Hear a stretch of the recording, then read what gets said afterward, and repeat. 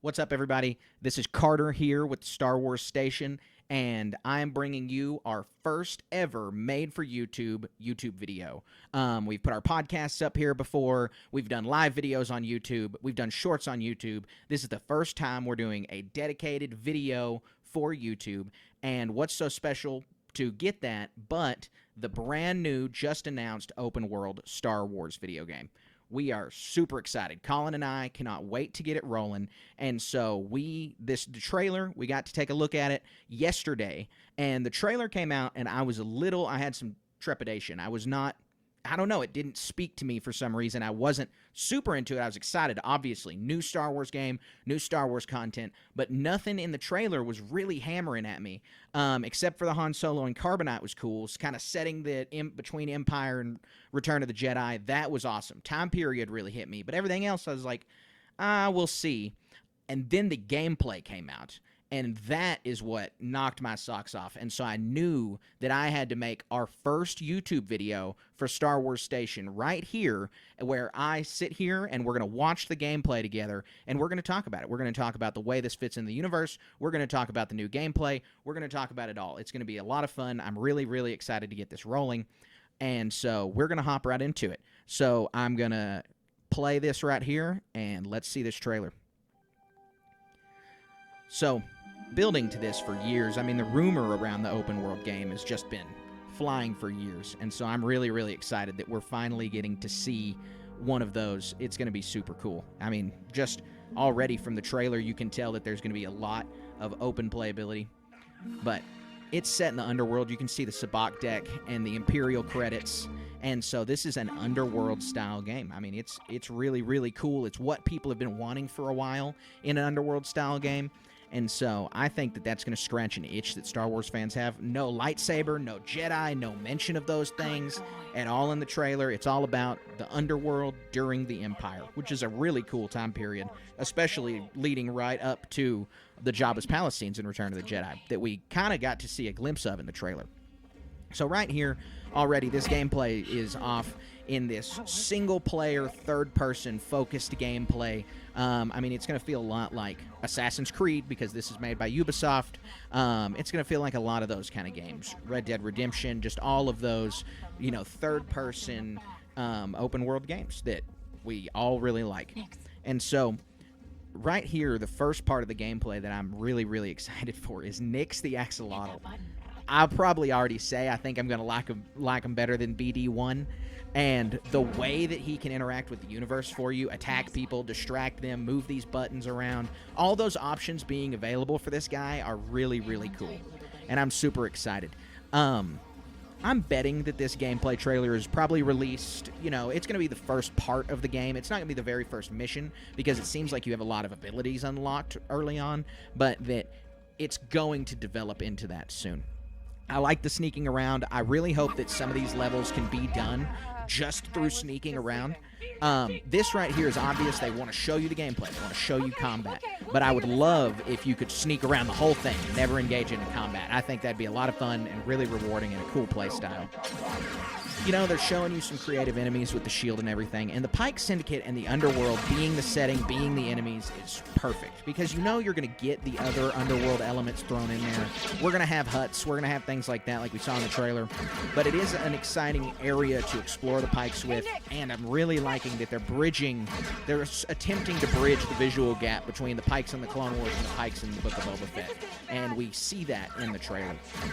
This gameplay, super good. You can see your blaster, changing the ways that your blaster fires is something that I'm really, really excited about. Also, being able to see that Nyx can go pick up new weapons for you and that they're super powerful. Like, that is awesome. That is a great looting system. I'm going to be using Nyx all the time, just like everybody. And so, just like this, like, it's truly an open world. Like, she could have gone into this tower, fought these enemies, but now she's going to get out. They're going to pursue her, which is great. I mean, that's perfect. That's what it needs to feel like for Star Wars. But she's able to kind of ditch it on this speeder, and that is really, really exciting. And so, that's going to be super good. The world that this takes place on, it looks really good.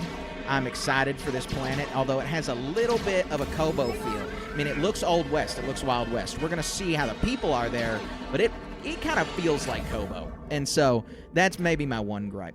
This system right here, like the Fallout thing where you get to slow down time, shoot at them, awesome. Very, very excited for that mechanic. I mean, the gameplay is crisp. The gameplay looks really, really good.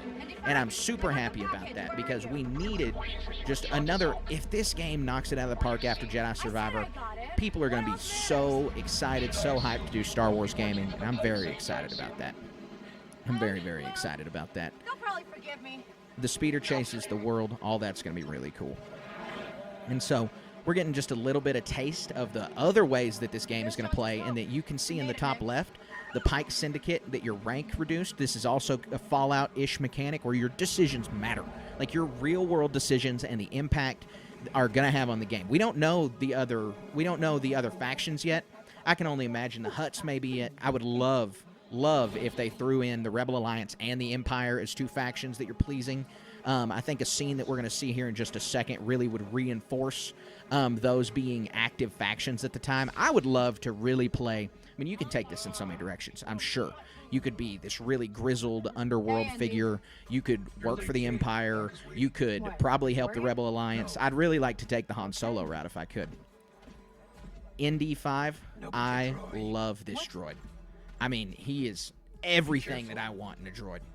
Looks great. Voice is great. I love Separatist droids. I love the Commando droids. Commando droids are, fun fact, probably my favorite droid of all time. I think ND5 might become my favorite droid of all time.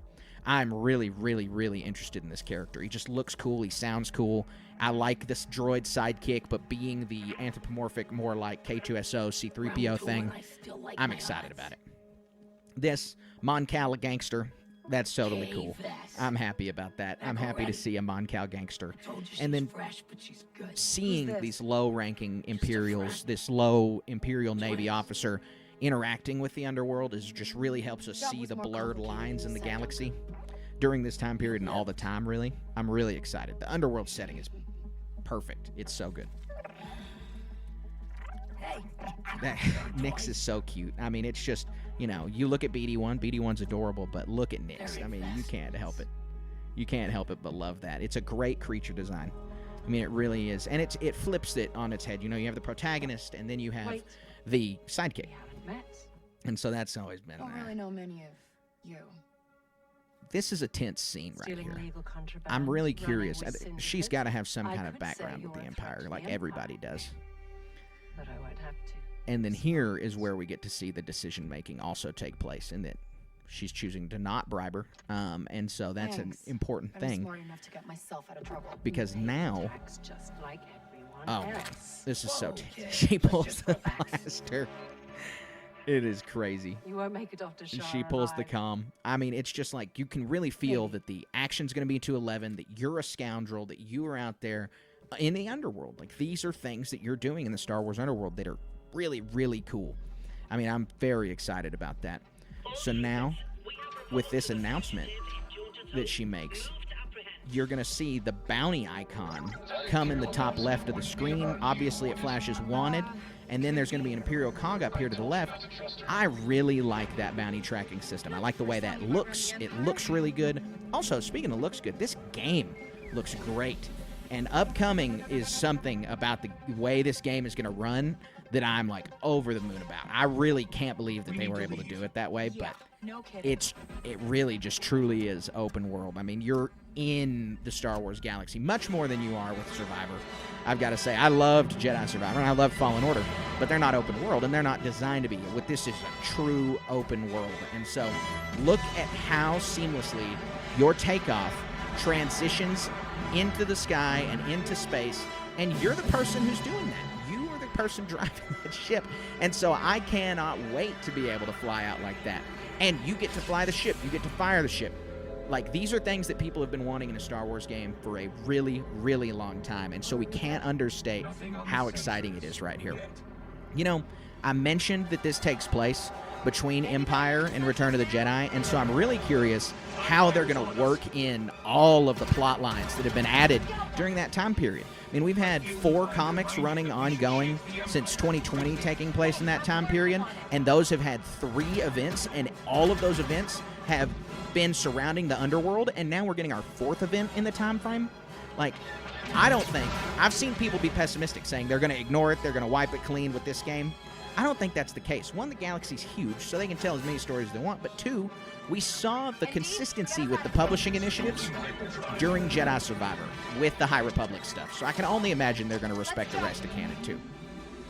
The seamless transition into hyperspace is also so exciting because it's just, it truly is an open world. You're in combat. You are in the middle of fighting, but you are able to hyperspace away to another planet just like in Star Wars. I mean, it really, that's what you need. This is awesome in Akiva's orbit because that's an Easter egg from Aftermath, and so we get to see what that now means. We get to know, we're going to see Akiva with our eyes, and Wedge Antilles described it as being inside, I can't remember the creature, but its mouth. It's a super humid jungle planet, so I'm excited that we're going to get to visit that, and if we're visiting Akiva, I can't imagine how many planets we're able to visit here. I mean, it's going to be staggering. I really do think it's exciting. We only see a handful in the trailer, and I really think that we're going to get to see a lot more. I mean, we're going to get to go all over the place. I hope. And that's something that I'm really excited about. This little cut reel they put at the end, I mean, what planet is that? I can't even begin to imagine. That's Tatooine, I think. I mean, obviously we know you get to go to Tatooine. You get to be in these tense engagements, tense interactions. You get to interact with the Empire in this fashion. I mean, it's super exciting. That is Kijimi. That is for sure Kijimi. Super excited for sequels content. Sequels planet, sequels... It's not going to be sequels content, but touching the sequels, really, really excited about that. I mean, I can't believe we get to do that. But fighting the Empire, fighting the Pikes, like having these multiple enemies and these factions is something that's really, really exciting. Coming 2024. What can you say? It's going to be awesome. It's going to be so good. I can't wait to play this game. There's just, I mean, what else do you say about it? Because it really is going to be a truly awesome Star Wars game. We're super lucky to get to have it. We're super lucky to get it when we're getting it. And so I just can't wait for it, guys. I hope that you guys are as excited as I am for the game. I know that it's going to be really, really cool. I know that we're all going to get to play it, and we're all going to really enjoy it. And so I just can't wait for it to come out. We're going to keep updating you guys. We're going to talk about this more in the HoloNet news section. You're going to get Colin and I's banter on this week's podcast episode. So check out episode 41 to hear us talk longer on Star Wars Outlaws. I mean, it's going to be a great game. It's what people have wanted. It's what we've been craving. It's set in such an interesting time period that's really going to capture everybody, and we have no idea what direction that story is going to go in. So it's super exciting. Anyways, guys, thank you so much for tuning into this episode. I hope you enjoyed it. I hope you enjoyed this coverage. We hope to be coming with more YouTube videos. Colin has started a brand new page on YouTube. It's called Warhammer Station. You can search it at warhammer.station on YouTube. He's putting out Warhammer videos every single day, and so we are going to be branching out. We're going to be growing this project, and we continue to grow it. So please, guys, go check out his channel, Warhammer Station, and please continue to check out this channel for more videos. We are going to continue putting out the regular podcast. We're going to be continuing to put out the RPG, ARC Troopers. We got a ton of content continuing to head your way. So thanks so much for listening, everybody, and until next time, stay wizard.